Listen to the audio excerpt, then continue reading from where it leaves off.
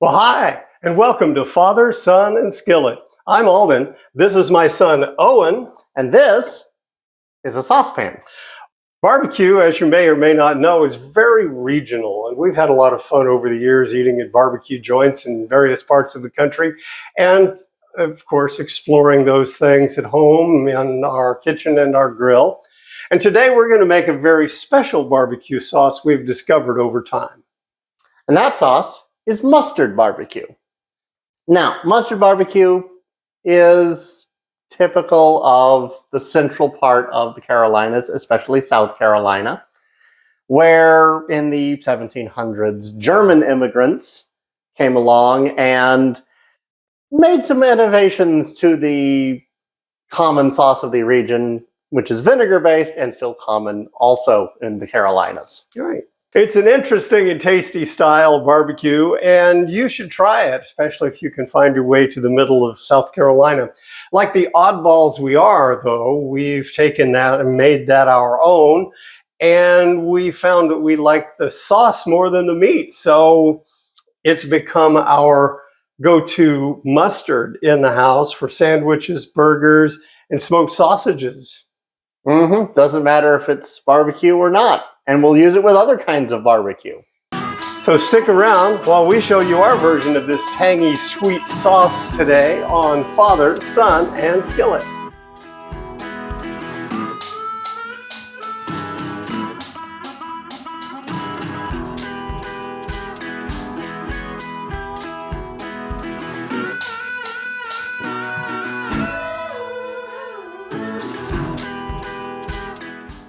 To get started, we're going to need some chopped onion and some vegetable oil, and we'll get that in the stove over low heat. Let those onions sweat while we set out the rest of our ingredients. Also, salt. There's some salt called for in the recipe, and Owen likes to add a little bit of it to the onions while they sweat so that they give up their moisture a little faster. So, as for the rest of our ingredients, we have some cider vinegar, some lemon juice, some brown sugar, some ground coriander and ground celery seed, and of course, cheap yellow mustard. Lots of cheap yellow mustard. By the way, we're making an extra large batch today, and we'll leave a recipe in the description down below for a recipe you can try using more manageable quantities. If you like that recipe, it's easy to double it, triple it, or even more. It freezes really nicely, it keeps well in the fridge, and I know you'll want to keep some around. All right, so as you can see, our onions are starting to turn translucent. We're just starting to get some color in there. So now it's time to add all of the rest of our ingredients. Except the mustard. Now, the reason we don't add the mustard is because it tends to lose its flavor if you cook it for very long. We don't want that to happen. That's our celery and coriander and salt. Just went in. Now, talking on spices and such, the coriander, haven't seen that in many recipes, but it's a perennial favorite in our household. The celery seed is fairly traditional. But feel free to use whatever ingredients you want. For liquids, we've got apple cider vinegar and lemon juice, as said. Both of those are quite common, though if you want to use a more straightforward vinegar, go ahead. If you want to get more exotic, why not? And of course, with the mustard, you can always use a German-style grainy mustard instead of the cheap stuff like we did, but we like the flavor. And our sweetness is mostly coming from brown sugar. That's pretty common, but if you want to use honey and make this very much like a honey mustard, that's fine. If you want to go more barbecue and use molasses, that works too. Molasses would have been very common in the 1700s in South Carolina, so that might be more authentic. But we like brown sugar. Yes, we do.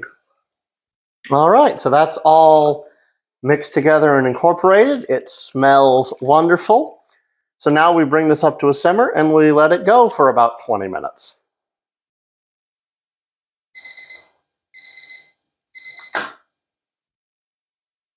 So here we are 20 minutes later.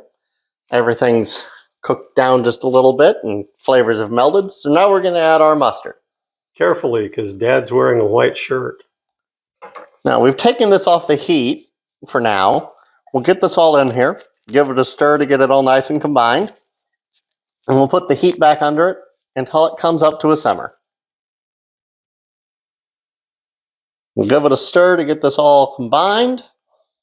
Put it back on the heat for just until it comes to a simmer.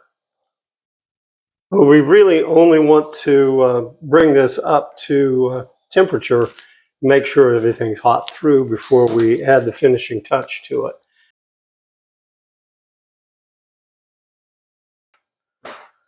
And done. We've turned off the heat.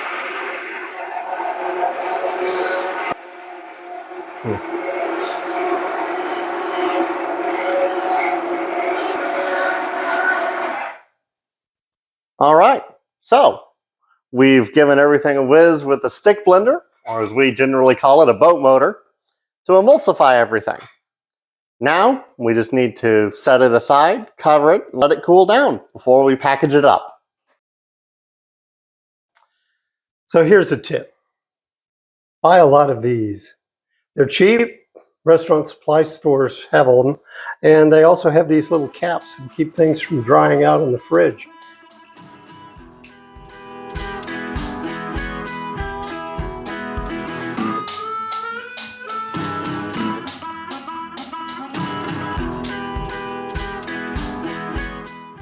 Well, there you have it, our mustard Q sauce. Give it a try. Tell us what you think. And as always, be sure to like and share this video.